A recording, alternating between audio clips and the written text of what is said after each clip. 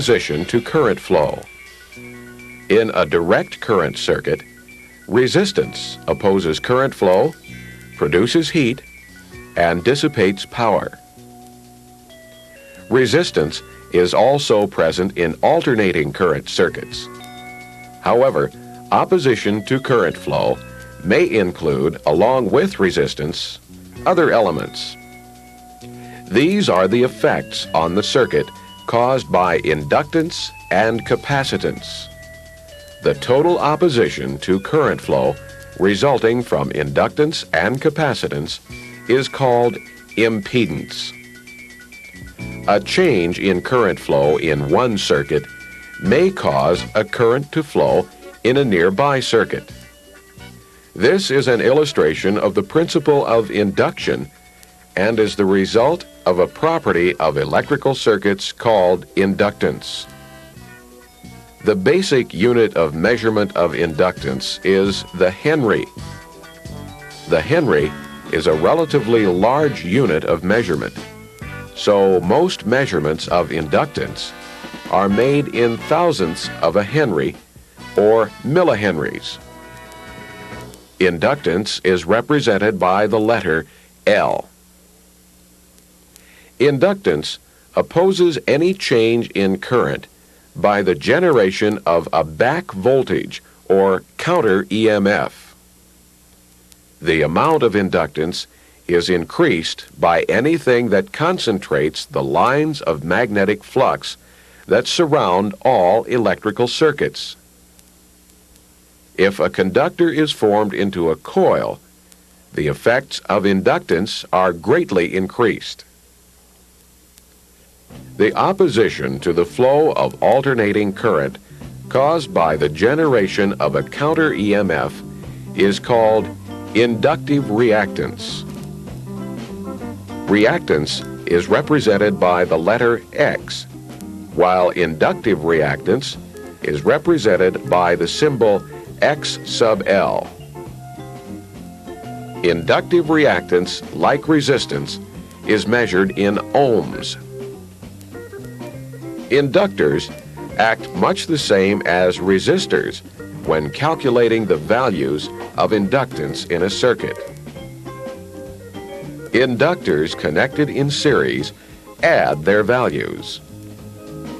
If several inductors of the same value are connected in parallel, divide the value of one inductor by the number of inductors. To find the value of several inductors of different values connected in parallel, find the reciprocal of the sum of the reciprocals of all of the inductors. Inductive reactance is affected by the frequency of alternating current. As frequency increases, inductive reactance increases. The formula for calculating inductive reactance is 2 times pi times the frequency times the inductance in henries. While pure resistance generates heat and dissipates power, inductive reactance opposes current flow by generating a counter EMF. No heat is generated and no power is dissipated. Inductance is a means of storing energy in the electromagnetic field that surrounds a conductor carrying current. Another method of storing energy is in an electrostatic field and is called capacitance. An electrostatic field stores energy between two conductors with opposite electrical charges, separated by an insulating material called a dielectric. The basic unit of capacitance is called the farad. The microfarad, or millionth of a farad, is the most common unit of measurement. The Greek letter mu represents the metric prefix micro.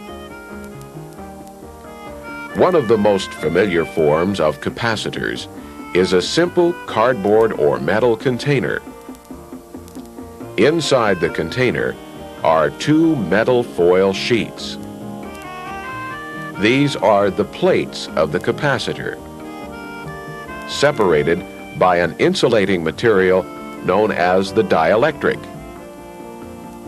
This sandwich is rolled tightly before being inserted in the case. Capacitors are usually marked with their capacitance values on the case. This capacitor is rated at 2,000 microfarads at 25 volts DC. The DC voltage rating is called the working voltage. It's the maximum voltage that may be imposed on a capacitor without damaging the dielectric. Here's how a capacitor works. One plate of the capacitor is connected to the negative terminal of the voltage source. The other is connected to the positive terminal. Electrons are drawn from the positive plate and flow through the external circuit to the negative plate, creating a difference of potential between the plates. The capacitor is said to be charged. During the time that the capacitor is being charged, current flows in the external circuit. Current stops flowing when the capacitor is fully charged. At this point, the potential difference, the voltage between the two plates, is equal to the source voltage. Disconnecting the voltage source and shorting between the two plates, current again flows in the external circuit until the capacitor is fully discharged. At this point, the voltage between the two plates is zero. Capacitance is affected by the area of the plates, the distance between them, and the dielectric material used to separate them.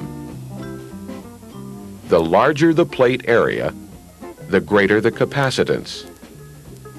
The smaller the distance between plates, the greater the capacitance. To calculate the values of capacitance in a circuit, the same formulas are used as were used to calculate resistance and inductance. However, capacitors in parallel add their values.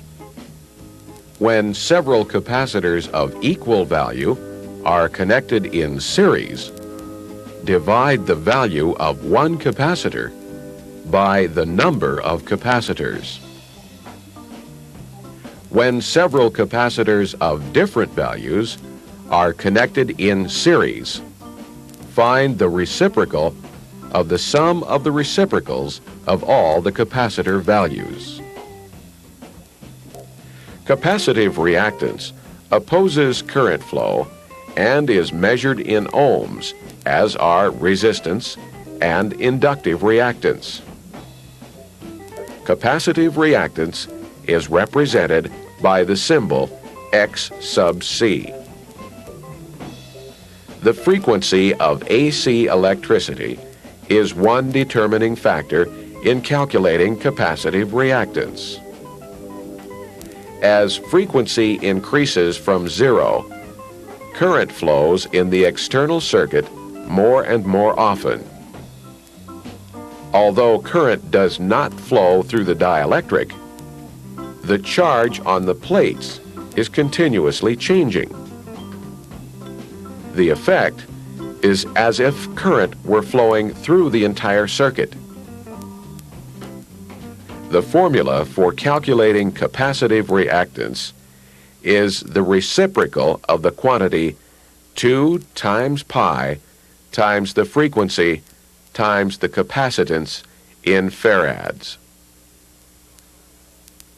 We now have two of the elements necessary to calculate the total opposition to current flow in an AC circuit. Let's see how they relate to the third element, resistance.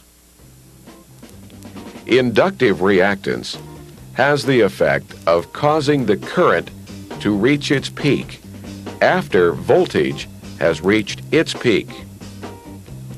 In a purely inductive circuit with no resistance and no capacitance, the effect would be to cause a phase shift of 90 degrees between voltage and current. Voltage leads current. Capacitive reactance, on the other hand, causes voltage to reach its peak after current. In a purely capacitive circuit with no resistance and no inductance, there would again be a phase shift between voltage and current of 90 degrees, this time in the opposite direction. In a purely resistive circuit with no capacitance and no inductance, current and voltage are always in phase. These are all theoretical conditions. In reality, AC circuits have some capacitance, some inductance, and some resistance. Since they are all acting at right angles to each other, they must be added vectorially to arrive at a total opposition to current flow, impedance. To calculate the value of impedance, first find the total reactance. Since capacitive reactance and inductive reactance act 180 degrees out of phase from each other, you may assign one a positive value and the other a negative value. Subtract the smaller value from the larger as with signed numbers, and give the remainder the label of the larger value, in this case, inductive reactance. The symbol for impedance is the letter Z. The formula for calculating impedance is Z equals the square root of the value of reactance squared plus the value of resistance squared. In this formula, the value of reactance is inductive and is represented by X sub L. Since the impedance in an AC circuit is the equivalent of resistance in a DC circuit, you now have all of the information necessary to solve Ohm's law problems for AC circuits. Remember that the values of current and voltage are true values, not apparent values. Let's look again at the formulas for calculating inductive reactance and capacitive reactance, paying particular attention to frequency. When capacitive reactance and inductive reactance are both operating in an AC circuit, there is one frequency where their values will be equal.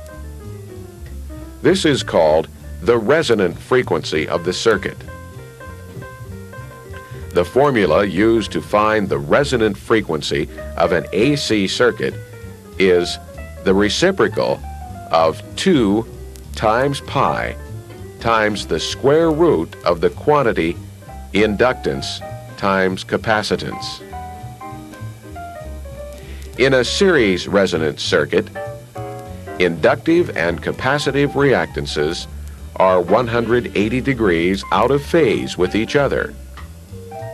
Their values are equal and opposite, so they cancel each other, leaving only pure resistance to oppose current flow. In a parallel resonance circuit, current flows back and forth between the capacitor and the inductor at a maximum value. Since the reactances cancel each other at the resonant frequency, again, the only component of impedance in this portion of the circuit is resistance. At this point, it may be a good idea to review the material covered in your textbooks on both DC and AC electricity. Such review is helpful in reinforcing your understanding of the large amount of material that has been covered to this point. Pay particular attention to the formulas used in arriving at the values of resistance, voltage, current, power, inductive and capacitive reactances, and impedance.